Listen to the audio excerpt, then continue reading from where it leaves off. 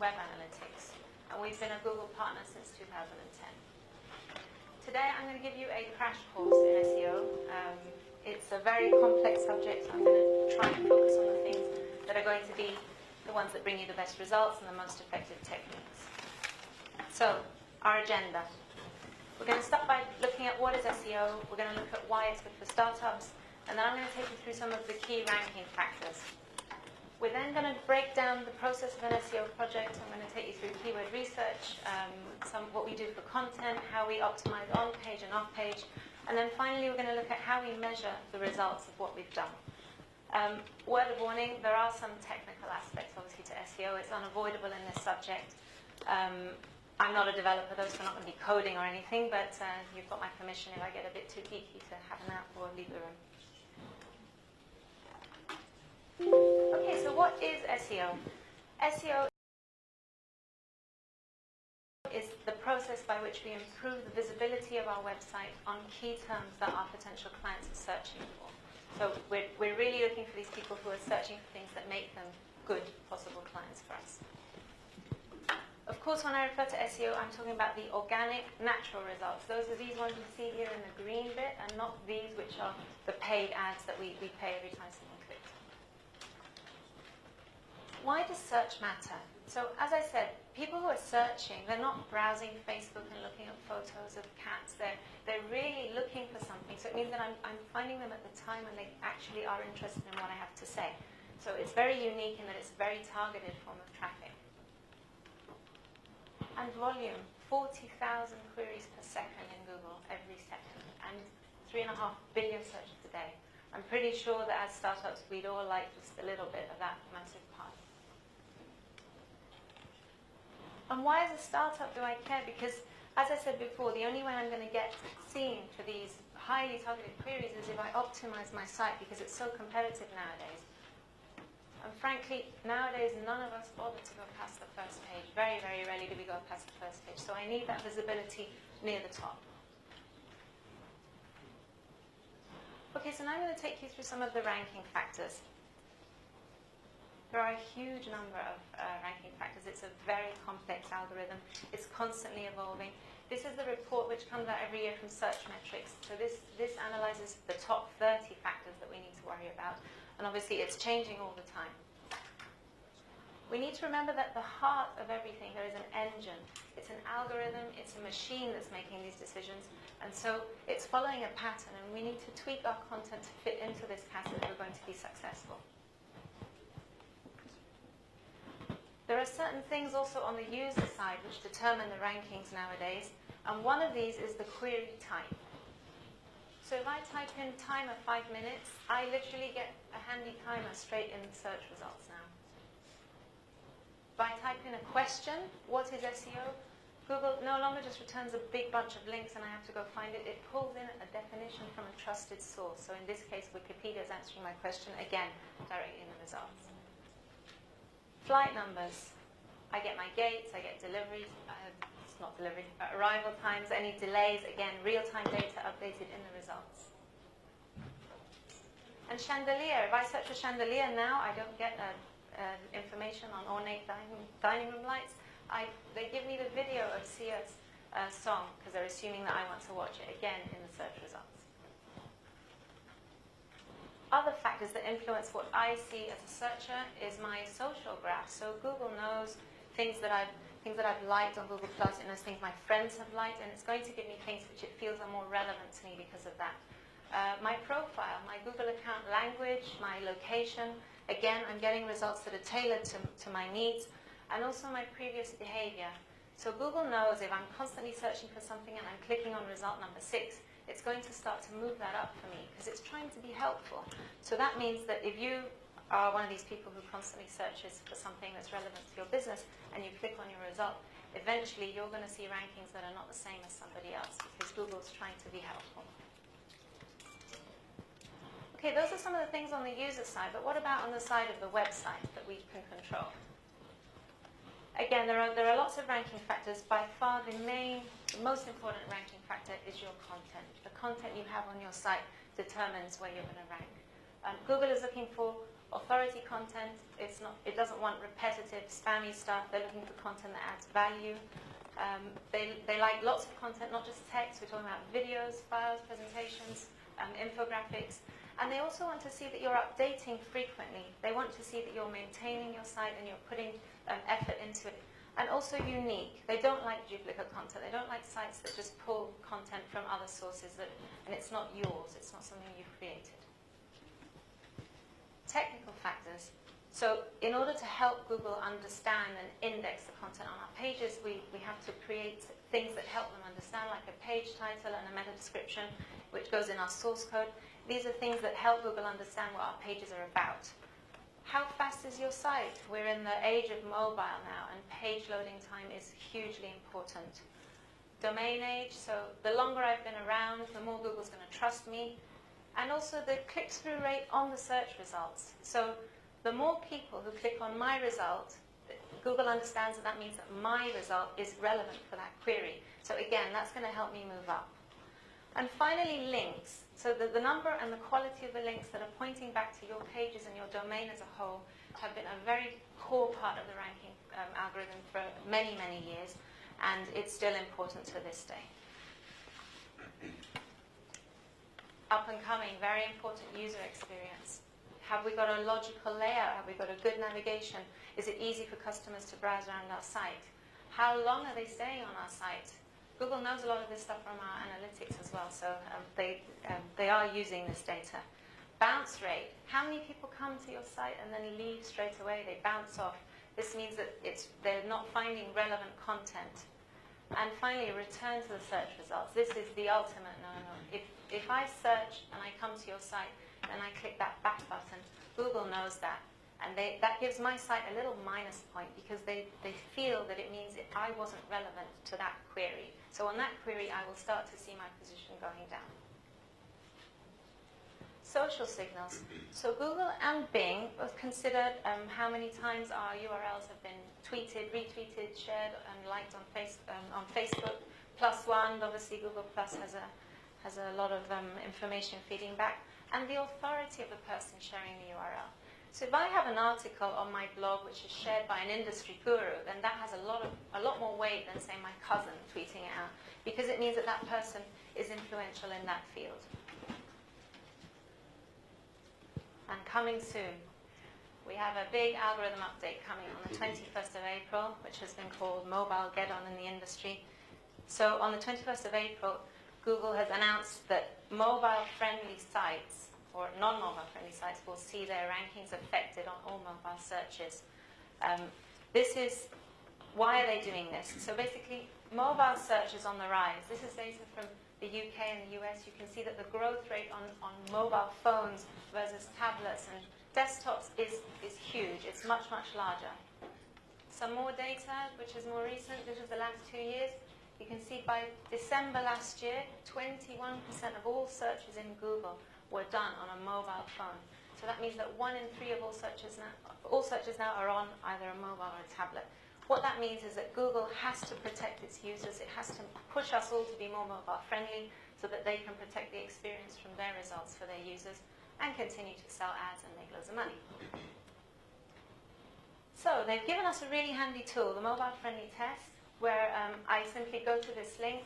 By the way, I have a document I'm going to give you all at the end, so you don't have to copy all these URLs furiously.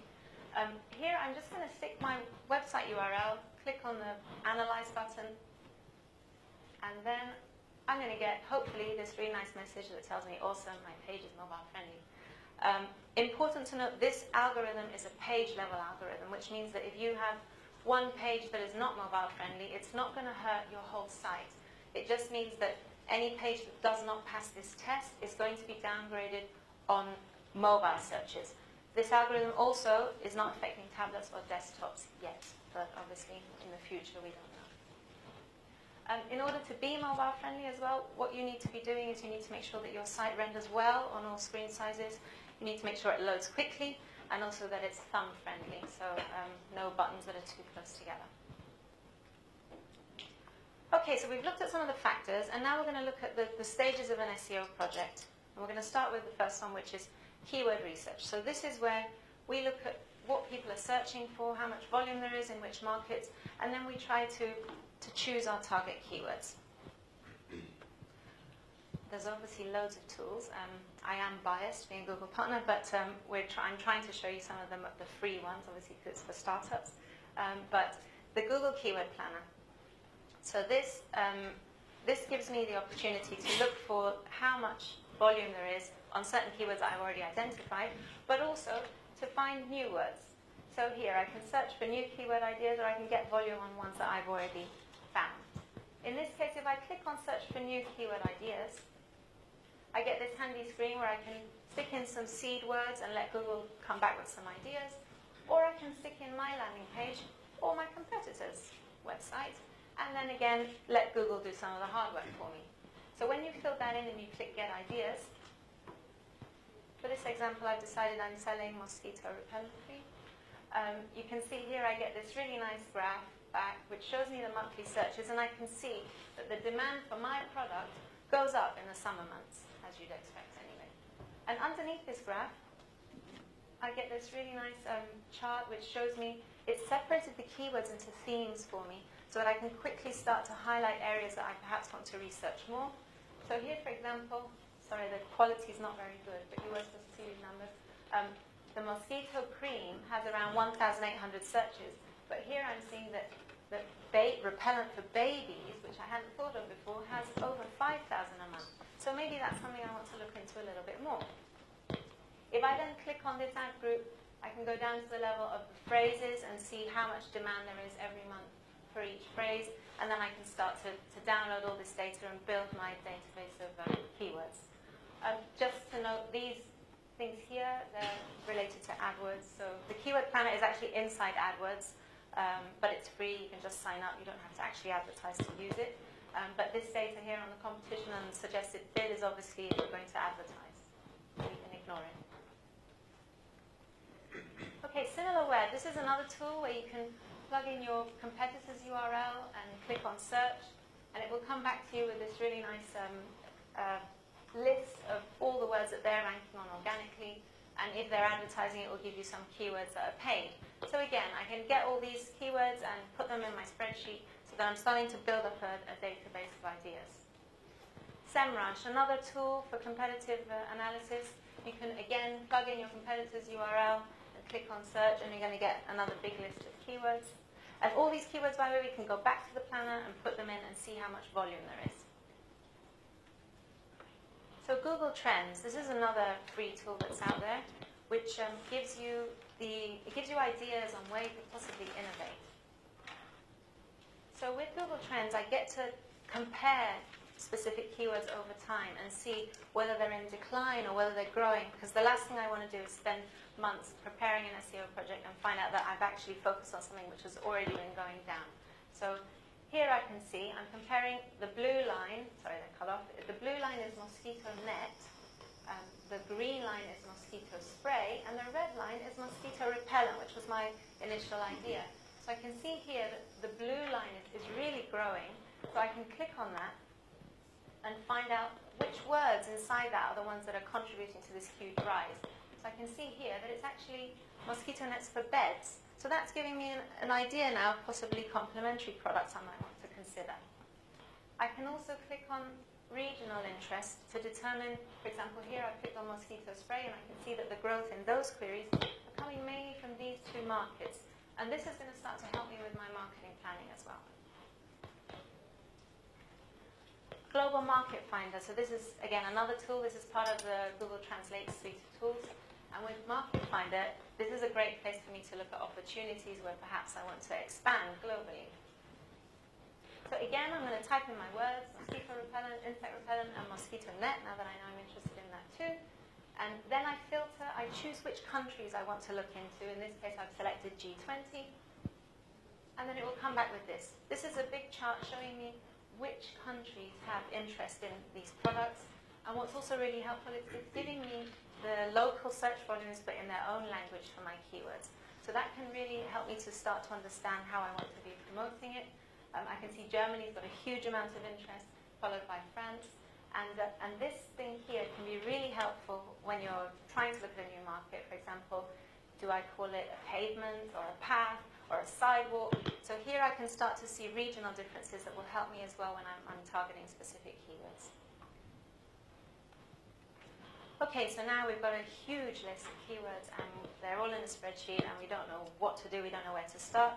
Obviously the first thing we're going to do is we're going to sort them by volume because we want to focus on the keywords that have the most search volume. But then the next stage is always to look at intent, because somebody who's searching just for mosquito is looking for something informational, but someone who's looking for mosquito repellent cream is someone who's actually looking for information on cream, and someone who's looking for buy mosquito repellent is slap bang the kind of client that I want to be targeting. So this is where you start to separate your keywords and you reject the ones which you think are perhaps too informational and that they don't show the right intent from the buyer. And then obviously it's a mixture of the two. You're going to have to start ranking based on volume but also this fit that we're talking about. And here I want to just explain this concept a little bit about the long tail. So we say in search that at the head here at the beginning of the graph, these are key phrases that have one word in them. They tend to have a lot more volume. So for example, the word shoes here. Then as I add words to my phrase which help qualify it a little bit, like men's shoes, my volume starts to go down. And then when I add even more men's leather shoes, because at the end of the day that's the only product I sell, then my volumes come down even further. So we're dealing with this whole search volumes going down, but we're becoming more targeted. And from an SEO perspective now, we tend to prefer to be down here in the long tail because it means that I'm not focusing resources on people who are going to come and then leave because they have no intention of buying. Okay, so now we've got this big list. We've sorted it by volume, we've sorted it by intent, and now we need to assess how do we have a realistic chance of ranking. And for that there are various paid subscription tools. But again, my aim today was to give you as startups some tools that you can go away and use with a limited budget and as free as possible. So I've got two toolbars for you which are free. They're actually browser extensions. They work in Chrome and Firefox. So if you're using IE, please stop. But we've got the Moz bar. So Moz is a really great site with loads of SEO tools. The Moz bar is free. And you can see that when I search for my phrase with the Moz bar turned on, I get these little indicators under each result. It tells me how many links they have pointing back to the domain. It tells me Moz has its own measure of the authority that it sees of this page and the domain as a whole. And then it gives me this nice little ratio here. It gives me 42%, which is the competitive, how difficult they feel this keyword would be for me to rank for. So when I'm choosing my keywords, I'm going to compare a few using this system so that I can then rank them also by competitiveness. SEO Quake, this is another tool which does the same kind of thing. You can see again, I get a series of indicators under each result, giving me the age of the domain, giving me the links that they have, how many pages they have indexed in Google and Bing, and also their Alexa rank, which is just useful, how useful that is. But there you go. Again, it's a way for us to compare.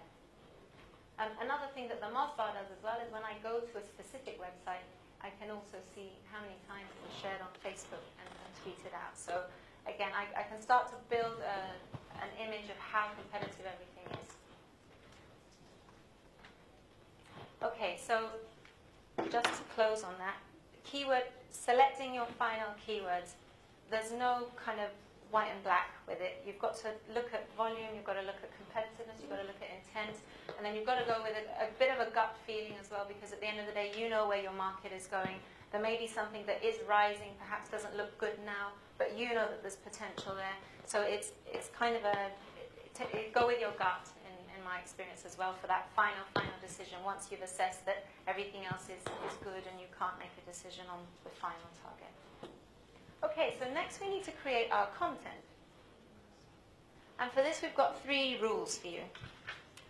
Okay, the first is place the content on your website.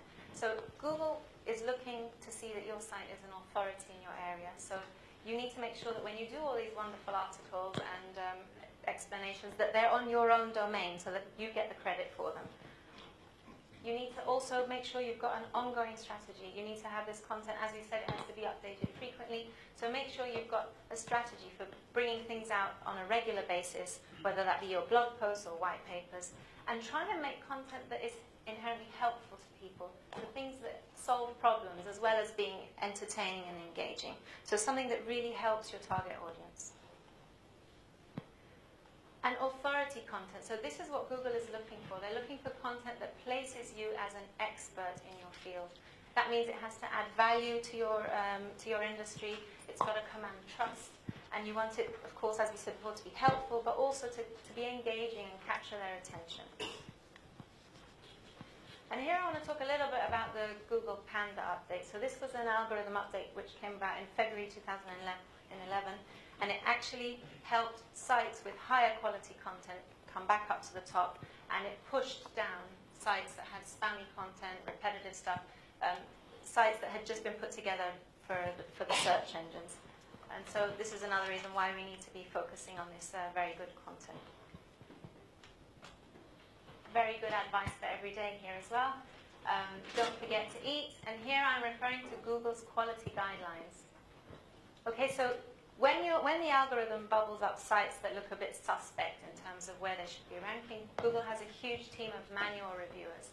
And they have a huge document which they follow with guidelines. And one of them was kind enough to leak it last year. And so it's been dissected by the industry. And overwhelmingly, the most important thing that came out of that was this, that Google is looking to reward sites that show expertise, authoritativeness, and trustworthiness. And to demonstrate how serious they are about this, I've got two parts from the document. Probably can't see them, but I'll read them to you. So the quality of the main content is determined by how much time, effort, expertise, and talent, skill have gone into the creation of it. So that just shows you the level of content that they're looking for now. We're not talking about articles, they're looking for actual talent and skill. And for sites that lack expertise, authoritativeness, and trustworthiness, they must get a low rating. Very important as well to understand that Google views certain categories of sites more harshly. They call these your money or your life pages. So pages that may impact on the mental, physical, or financial well-being of their users. They will scrutinize these a lot more. So if you are an e-commerce site, or if you deal with financial, investment, medical, any kind of information on diseases, you need to worry about these guidelines a lot more than everybody else, because the quality guidelines state that you need to be even more trustworthy. Okay, so the thing I want you to remember most about your content is keep building that expertise and authority. Okay, so we've done our content, and now we're going to move on to step 3, which is the on-page optimization. So these are the things that we're going to do on our website to help improve our ranking. Okay, so the first thing is obviously all these great phrases that we found, we need to make sure that they are in our content or their derivatives so that Google can see, yes, that this is what the page is about. You can tag your images and videos with helpful titles that help people understand what they're about. And also you need to remember that your title and description, apart from being in the source code, can end up in the search results. So when you write them, you need to write them in such a way that they are compelling and interesting to the user and make them want to click through and go to your website for further information. And again, user comes first. Yes, we all want Google to love us, but you've got to remember that you're writing to appeal to that human as well, who's at the end of the screen. Okay, if you're using open source content management systems, there are plugins that can help you do this a lot easier without needing to write code. So this is one for Joomla, SH404, and there's WordPress SEO for Yoast. So in these, I can easily put in my title and description for every page without needing to have any coding knowledge. Page speed. So we saw earlier that Google likes sites that load quickly. And again, we have a really helpful tool. So when we're adding our content and our images, it's really good to make sure that you're testing how quick it is at loading. You can use this tool. Again, we're simply going to put in our URL here, click on the button, and then I'm going to get two things. I'm going to get it at a speed performance for desktop and mobile. So here, what's great about it is it comes back and it's giving me suggestions on how I can improve my speed. So you can see here that I need to leverage browser caching. And on mobile, I need to be looking at my scripts as well and try to optimize my images to pull up this speed. Okay, here I want to talk a little bit about the knowledge graph. So this is the change that's happening in Google results now, where we're not seeing just a big list of blue links, we're seeing things being pulled into the search results. And the reason Google is doing this is because they're trying to help us consume more information in less time. They are obviously catering to the mobile customer, but they're also looking at conversational search, which is obviously a big part of the future. So here, for example, when I search restaurants from Limassol, I don't just get irrelevant stuff. They know where I am. They've given me a map.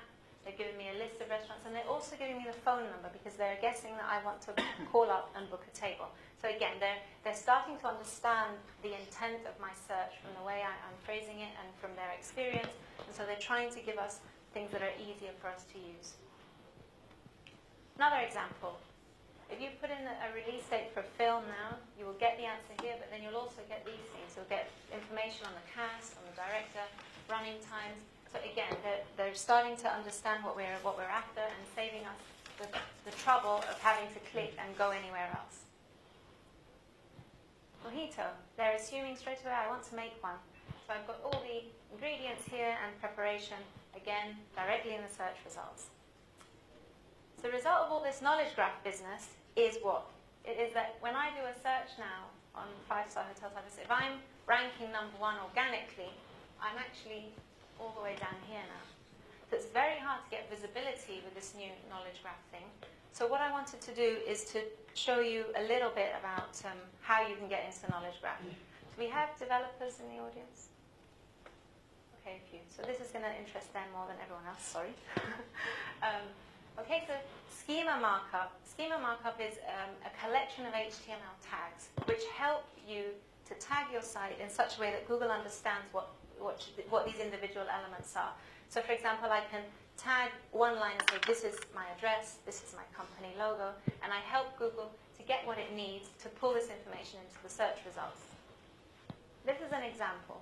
So here, this is a recipe that's been tagged with schema. I can see that it's telling me here that it's a recipe, and then it has specific names, which are properties, ingredients, and recipe instructions. And that way Google understands that that thing on my page is all of the elements that make up a recipe. And that will help it to put these things into the search results for me from my site. Okay, JSON LD. So this is another thing that support has recently been announced for. And JSON LD is a way that developers can reuse data from other websites. So it's for linked data. So it means that I can just pull in elements from other sites as well now. And again, Google will recognize them. These are very technical things. Again, in the list of resources I'm going to give you, developers can go away and find out a little bit more about these. Wrong slide. Wikipedia. If you're lucky enough to be able to get yourself an entry in Wikipedia, then obviously that's going to help you pull down into the knowledge graph. And finally, Google My Business. So Google has this nice tool where I can get my site on search and maps and on Google Plus all in one go without needing to do it 3 separate times. And if you sign up on here, when someone searches on your brand name, you'll get this nice thing where it shows what you do, your logo, and your working hours, and telephone number, and everything. So again, straight into the search results. Okay, so at this stage, we've marked up our site, we've done our content, we've done everything. And at this stage, we highly recommend you open a Google Webmaster Tools account. This is a free tool from Google, which really helps us to understand how they're seeing our site. Some of the things you get in Webmaster Tools, it will tell you when it finds DNS server errors, when it crawls, if it finds any 404 pages, it will give you details of where they are, so you can go away and fix them. When you are finished with your site, you can submit your sitemap directly in Webmaster Tools so that Google can come and crawl it and find your new pages. It also gives a really nice report on what queries you're appearing for. And also, it gives us notices on malware or hacking that it finds when it comes. And also, if you've been doing any dodgy link building, you will get a notice in here warning you that they found it. So, very good to have. Okay, and our final stage, you'll be pleased to know, is our off-page optimization. Okay. So here, it's going to talk about link building. There's been a lot of talk in the industry. Is link building dead? There's been high-profile people from Google who've said it's not going to help you. But the fact is that research shows it's still a very, very important part of ranking factors. But you need to play by the rules now, because if you don't, Google is actively fighting against people who are trying to game the system with links. JCPenney is a huge US retail store, and in 2011 the New York Times ran an article called The Dirty Secrets of Search, in which they were discussing the fact that JCPenney was ranking on everything from furniture to tablecloths to outranking even manufacturers on their own products like Samsonite luggage. And so they got an expert to look into this, and they uncovered a huge farm of dodgy links. So there were links to dresses on JCPenney on sites about nuclear engineering, about diseases, everything you could imagine that was very dodgy. So the result of this was that Google actually did a manual penalty on their site, and they watched their rankings disappear overnight from number 1 to like number 70. So these are the kind of things that Google is up against, and this is one of the reasons why we had the Penguin update. So in April 2012, we had a big update to the algorithm, which was designed to do exactly this. It was designed to catch sites that were trying to spam the results with, by obtaining or buying links from these networks that had been built primarily to boost rankings. So there's a lot of sites where you can stick articles for free, and you can write whatever you want, and you can link back wherever you want. All of these things were hurt in this update, because again, they're trying to protect their users. They want to provide the best possible result, and not just people who manage to game the system. Okay, so some safe link building techniques. Okay, so the first one, and by far the most effective nowadays, is for you to set up a blog on your website and get active. So start creating all of these nice articles that we talked about, send them out to your database in your newsletter, and put them out on your social channels. And then make sure you keep adding this content which is creating value. So if you create something that is actually useful, then people are more likely to share it. And thereby they're going, and then they may refer to it in other blog posts. And that way you're going to start to build links organically, which is the way Google wants you to do it as well. Number 2, you can look at other ways. You could sponsor local events. You can sponsor local conferences, colleges. You could also do something really fun, like this agency. They built a playable Pac-Man game on their 404 page. So obviously it didn't do a lot for relevant queries, but it brought them some links, you know, and they had a bit of fun with it. Was that me? No. Okay, so the kind of links you want to avoid building, we mentioned a little bit earlier as well.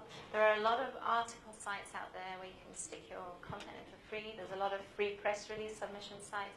Avoid them. They're not going to help you right now with rankings. And poor quality directories, you know, the ones where you're listed against businesses that have nothing to do with you. Those are the kind of things that are not going to help you. And also all this blog comment spam that we see everywhere, where someone just comes to your blog and writes, hey, I love what you've done, you're amazing, please write more. And then underneath they write, please come and buy whatever. So these are the things that don't work anymore and are going to hurt you. Some tools you can use, again, to find where your competitors have links, because that will give you ideas on where to go and get some for yourself. So Moz has another free tool called Open Site Explorer. Here again, I'm going to stick my competitor's URL, and underneath I'm going to get a nice list of where they have links. And again, Moz is going to tell me how authoritative they feel these domains are, so I can start to focus on the ones that are more useful. Another tool, Majestic. So Majestic is also the same kind of principle. I stick in their URLs, I click on the button, and then again, I get a nice list of links, and that will give me ideas on how I might be able to get links from there too. Majestic also has this really nice feature that you can sign up for free and monitor on your own domain. So here, it will show you how the backlinks to your site and the number of domains that refer to you is growing over time. So if you are doing an SEO project and you want to monitor if it's actually working in terms of link building, you can use this tool to do that. Okay, so our project is done, and now it's time for us to measure how effective it's been. So rank tracking. Obviously, you need to be taking your rankings with a pinch of salt, because we all know now that no two people see the same results anyway, but everyone does want to monitor their ranks. There's 2 tools you can use here. SEMrush is one of them. Again, we mentioned it before. So in SEMrush, I'm going to put my keywords so they're a bit cut off, And then I can see my current position and in brackets my previous position. And then here I can see some of my competitors and how many keywords they're ranking for. Also, it gives you the opportunity to track over time. It's very important that you're looking at whether it's going up or down over time, because you'll see that rankings oscillate all the time. They're not constant. They keep moving up and down. Rank Checker, this is a Firefox extension as well, which is free. So again, with this, I'm going to plug in my keywords, and it's going to come back and tell me my position. I can choose which search engines, which countries I'm interested in, and it will tell me which pages rank for them specifically. Okay, so the main place we need to be going, though, to assess the success of our SEO project is our web analytics data. So looking at Google Analytics, inside your traffic sources, you want to be looking at your organic traffic. Yeah, so we want to be seeing that this is going up. We want to be seeing, now we're bringing in this more targeted traffic. I want to see that they're spending longer on my site. I want to see that my bounce rate is improving, going down, because these people are more interested in what I have to offer.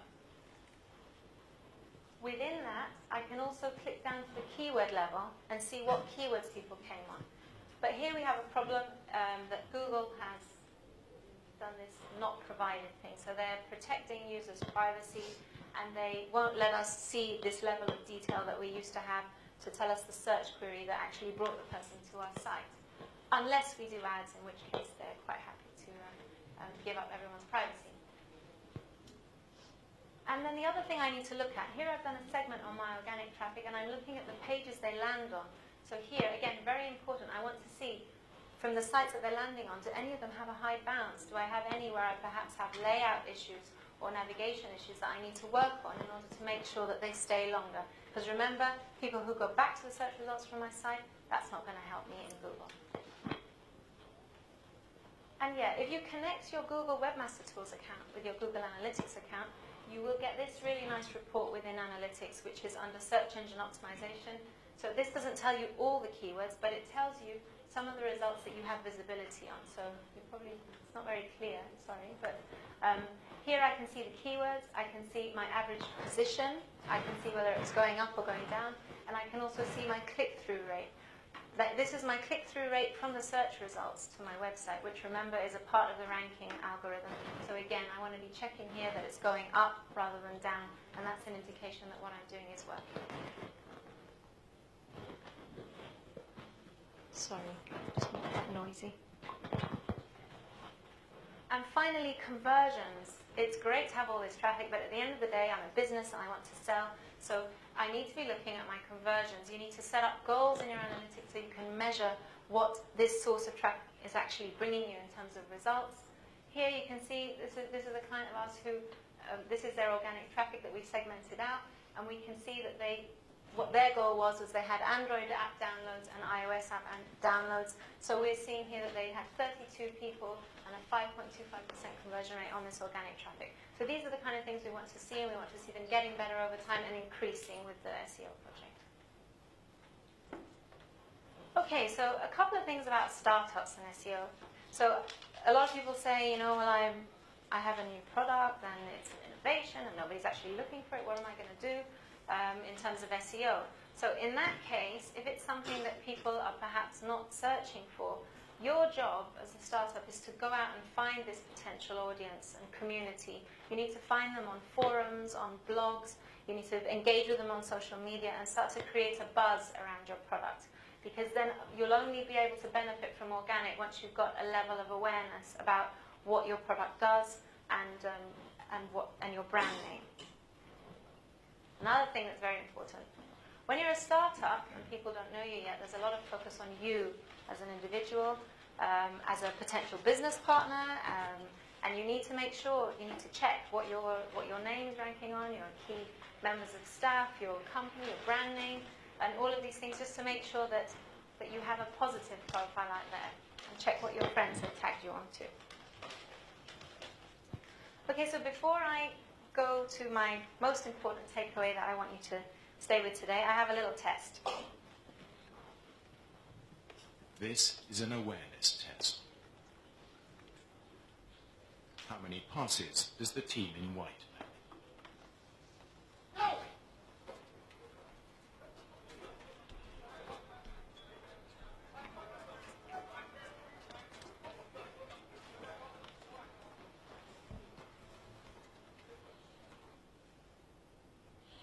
So hands up if you saw 11. Hands up if you saw 12. 13. 14. Okay. The answer is 13. But did you see the moonwalking bear?